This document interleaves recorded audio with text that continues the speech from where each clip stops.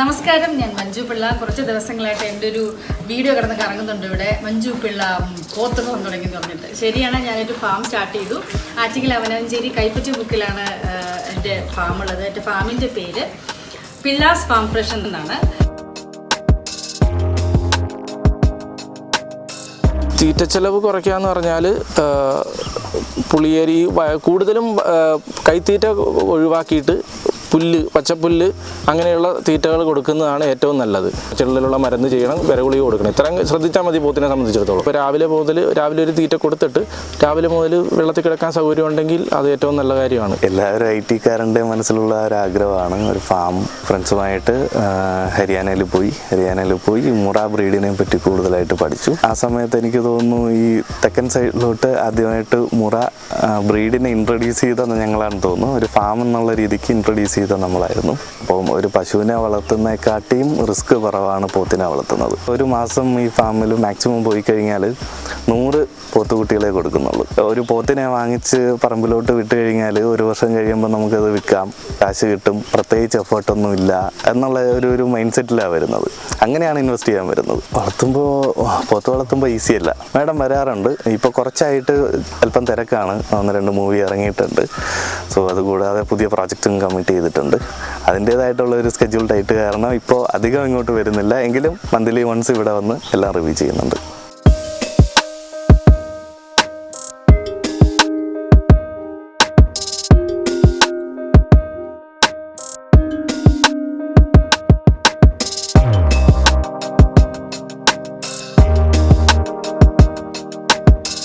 ഇതിന് ഫാമിൽ വിൽക്കുന്ന രീതി എങ്ങനെയാണ് പോത്തുകുട്ടികളെ?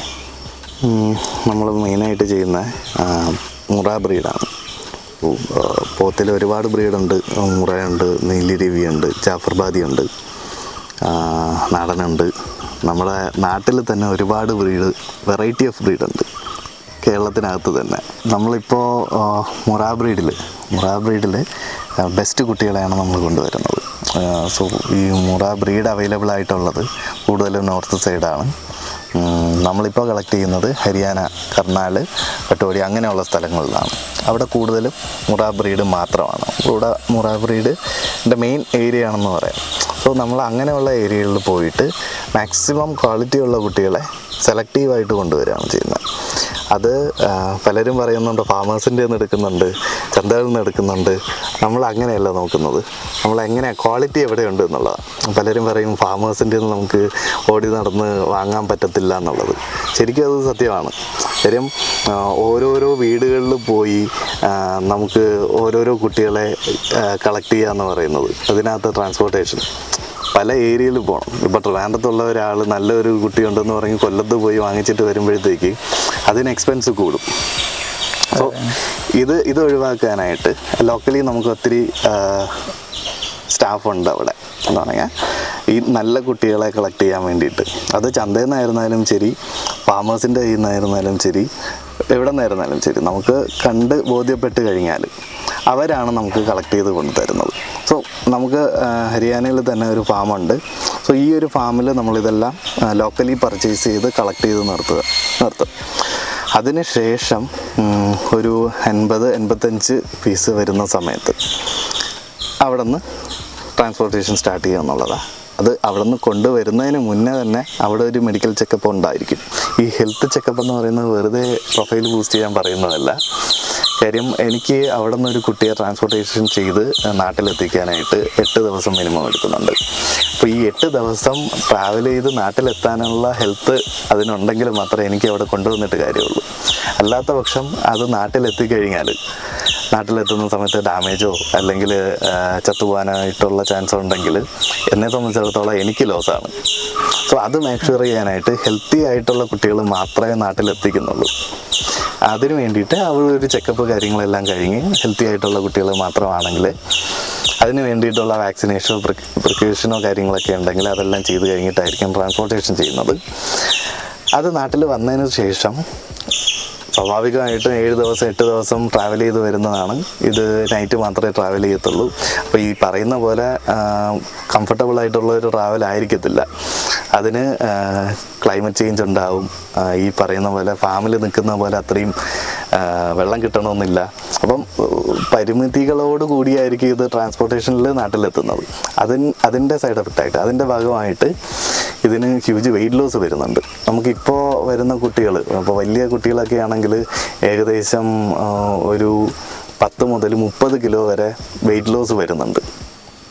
അപ്പം നമ്മളിവിടെ നാട്ടിൽ വെയിറ്റിലാണ് കൊടുക്കുന്നത്. അതും നമ്മൾ സ്ട്രഗിൾ ചെയ്യുന്ന ഒരു ഏരിയ തന്നെയാണ് ഈ വെയിറ്റ് ലോസ് എന്ന് പറയുന്നത്.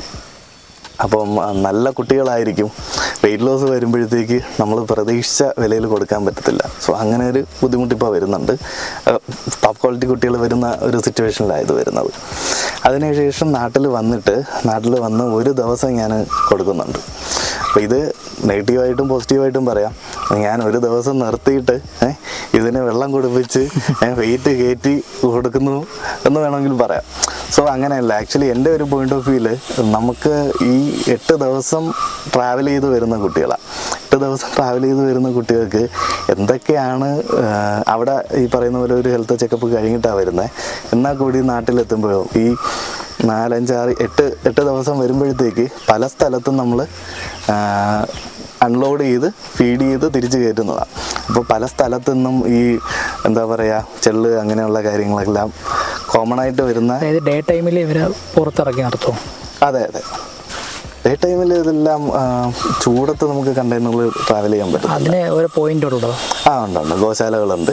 അത് നമുക്ക് റെൻറ്റിന് എടുത്തിട്ട് നമുക്ക് അവിടെ നിർത്തി ഫീഡ് ചെയ്യാനൊക്കെ ഉള്ള ഒരു സംവിധാനമുണ്ട്. അപ്പോൾ ഈ എല്ലാവരും കൊണ്ട് നിർത്തുന്ന സ്ഥലമായത് കാരണം അവിടെ നിന്ന് പലതരം ചെള്ള് കാര്യങ്ങൾ ഇൻസെക്ട്സ് എല്ലാം കയറാനായിട്ടുള്ള ചാൻസ് ഉണ്ട്.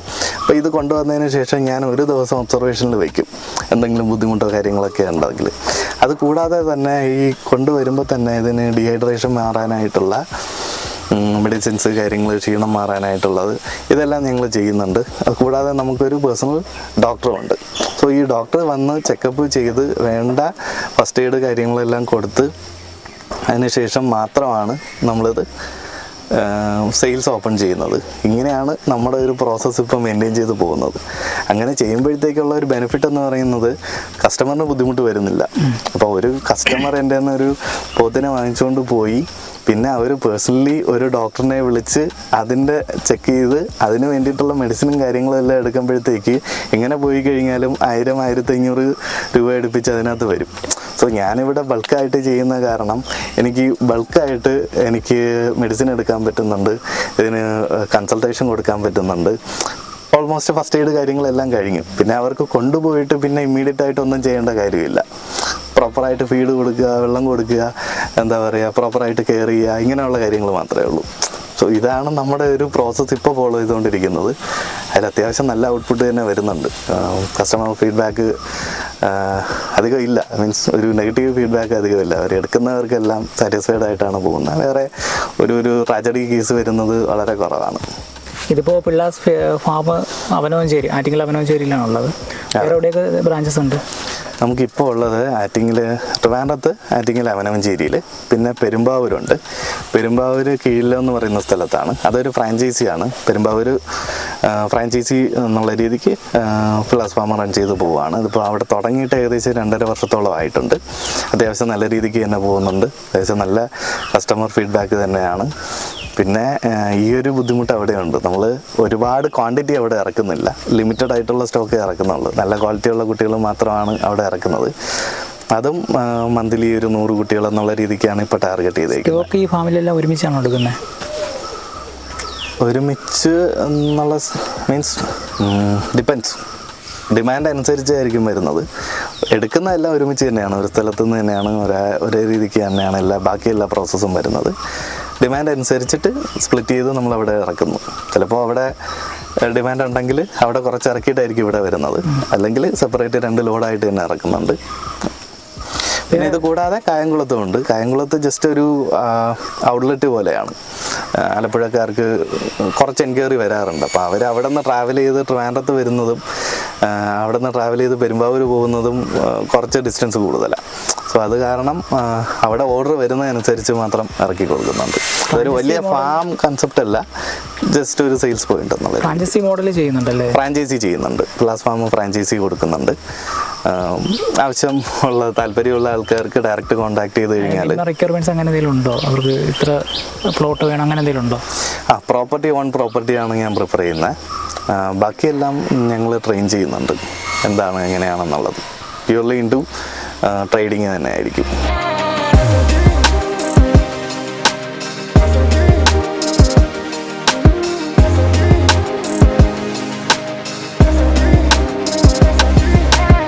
ഏത് കാറ്റഗറിയിൽ ഉള്ള കുട്ടികളാണ് വിൽക്കുന്നത്? അതെങ്ങനെ? ഇപ്പോൾ ബ്രീഡ് വന്നിട്ട് മുറ ബ്രീഡ് തന്നെയാണ് നമ്മൾ സെലക്ട് ചെയ്യുന്ന. വെയിറ്റ് കാറ്റഗറി എന്ന് പറയുന്നത് നാട്ടിലെത്തുമ്പോൾ 100 മുതൽ ഏകദേശം 250 വരെയാണ് ഇപ്പോൾ നമ്മൾ എടുത്തുകൊണ്ടിരിക്കുന്നത്. അതിന് മേളിൽ ബോഡി വെയിറ്റ് ഉള്ളതാണെങ്കിൽ ബുക്ക് ചെയ്യുന്നതനുസരിച്ചാണ് വരുന്നത്. പിന്നെ എരുമക്കുട്ടികളെല്ലാം ബുക്കിംഗ് അനുസരിച്ച് മാത്രമാണ് വരുന്നത്. കമ്പാരിറ്റീവ്ലി എരുമയ്ക്ക് വില കൂടുതലാണ്. അപ്പം ക്വാളിറ്റി നിങ്ങളുടെ ഡിമാൻഡ് അനുസരിച്ച്, കസ്റ്റമറിൻ്റെ ഡിമാൻഡ് അനുസരിച്ചിട്ടാണ് അതിൻ്റെ കാര്യങ്ങൾ ചെയ്തു കൊടുക്കുന്നത്. പിന്നെ ഈ പറയുന്ന പോലെ 100 മുതൽ 250 വരെയുള്ള വെയിറ്റ് കാറ്റഗറിയിലാണ് വരുന്നത്. അത് നാട്ടിലെത്തുമ്പോഴത്തേക്ക് വെയിറ്റ് ലോസ് കഴിഞ്ഞിട്ടാണ് 100. കാര്യം അതിലും ചെറിയ കുട്ടികളെ നമ്മളങ്ങനെ പ്രിഫർ ചെയ്യുന്നില്ല. കാര്യം 100ലും താഴെ വരുമ്പോഴത്തേക്ക് തീരെ കുഞ്ഞു കുട്ടികളായിരിക്കും. എല്ലിനും അതിൻ്റേതായിട്ടുള്ള കട്ടിക്കുറവ് കാര്യങ്ങളൊക്കെ കാണും. അപ്പം അതിന് ട്രാവൽ ചെയ്ത് വന്നു കഴിയുമ്പോഴത്തേക്ക് ഹെൽത്ത് ഇഷ്യൂസ് വരാനായിട്ടുള്ള ചാൻസ് വളരെ കൂടുതലാണ്. അപ്പോൾ ഞാൻ കൊണ്ടുവരുന്ന സമയത്തൊന്നും ഇഷ്യൂ കാണത്തില്ല. അത് പക്ഷേ പ്രോപ്പർ കെയർ കിട്ടിയില്ലെങ്കിൽ അത് ന്യൂമോണിയ പോലെയുള്ള ബ്രീത്ത് ഇഷ്യൂസ് വന്നിട്ട് നീർക്കെട്ട് പോലെയുള്ള അസുഖങ്ങളുണ്ട്. അത് വന്നിട്ട് ഡാമേജ് വരാനുള്ള ചാൻസ് ഉണ്ട്. അതുകൊണ്ട് 100ന് മേളിലോട്ടുള്ള ബോഡി വെയിറ്റ് 100ന് മേളിലോട്ടുള്ള കുട്ടികളാണ് ചെയ്യുന്നത്. സാധാരണ ചില ഫാമുകളിൽ പോത്തിനെ വാങ്ങാൻ ചെല്ലുമ്പോഴും മതിപ്പ് വിലയല്ലേ അവർ മെയിൻലി പറയുന്നത്. അപ്പോൾ അതിന് വ്യത്യസ്തമായി നിങ്ങളിവിടെ അല്ല, ഇവിടെ തൂക്കമാണ്. നമ്മൾ ലൈവ് ബോഡി വെയിറ്റ് വെച്ചിട്ട് ആണ് കൊടുക്കുന്നത്. അത് ലൈവായിട്ട് നിങ്ങൾക്ക് ത്രാസുണ്ട്, നിങ്ങൾക്ക് തൂക്കിയിട്ട് അതിന് എത്രയാണോ വെയിറ്റ് വരുന്നത് അതിനനുസരിച്ചിട്ടുള്ള പേ ചെയ്താൽ മതി. ഫിക്സഡ് റേറ്റാണ് വരുന്നത്.